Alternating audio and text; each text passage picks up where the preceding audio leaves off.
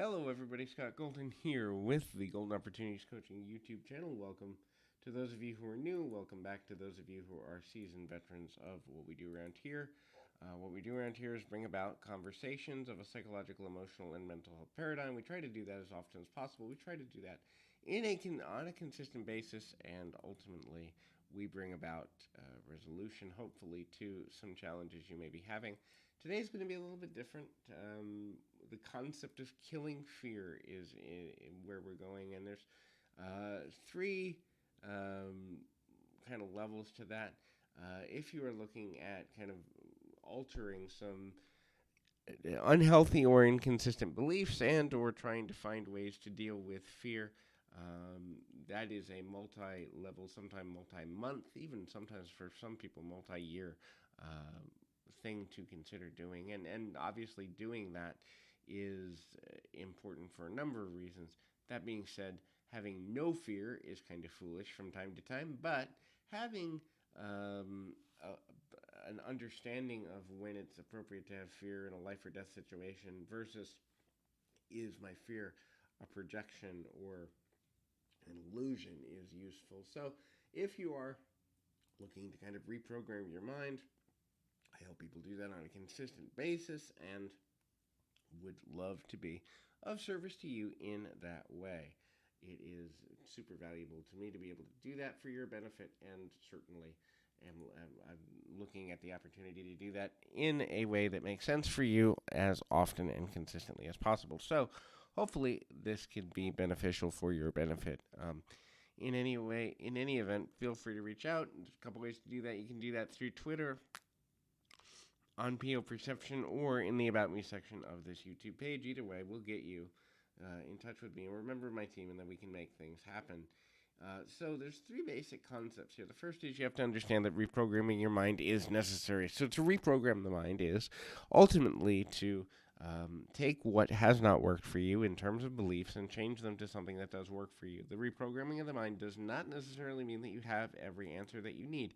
Instead, it just means that you find things that you can believe in that are more progress based than previous beliefs. It doesn't necessarily mean that you have every answer. It also doesn't necessarily mean that everything you try believing is going to work for you. Now, there's multifaceted natures to those beliefs.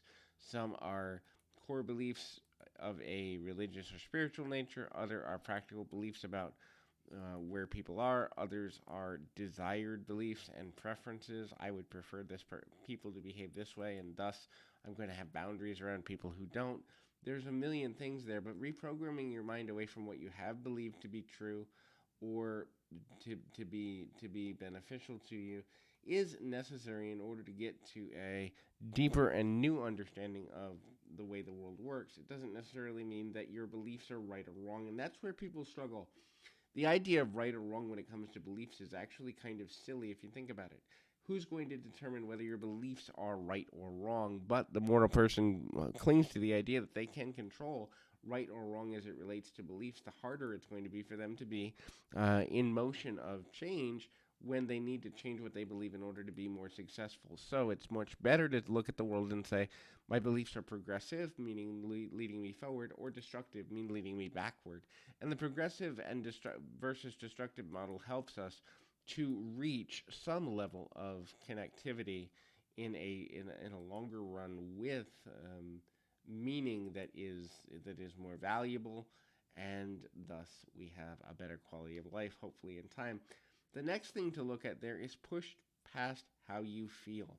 So feelings are important, and certainly we don't want to ignore how we feel, but your feelings are just indicators. They should not be the definition of how you make decisions, because most often our feelings are based in a desire to protect us from discomfort. And so sometimes uncomfortable things are necessary in order to reach new goals. Sometimes uncomfortable things are inevitable in order for us to break old patterns. And so pushing past emotional discomfort, unless it's a life or death situation or there's physical and imminent danger at hand, is necessary. So how you feel matters, but it shouldn't be the deciding factor in how you make your decisions or how you place your values. That's not to say you can't care how you feel. So don't misunderstand me. Certainly you should care how you feel, but don't let your feelings become the definition of your identity. If you're kind of sliding into that mentality, you're going way too far in that direction. And then the next thing is multi-tool. So using counseling, using meditation, using prayer, using biofeedback, using behavioral modification, using um, differing beliefs about and talking with different types of people who believe different things.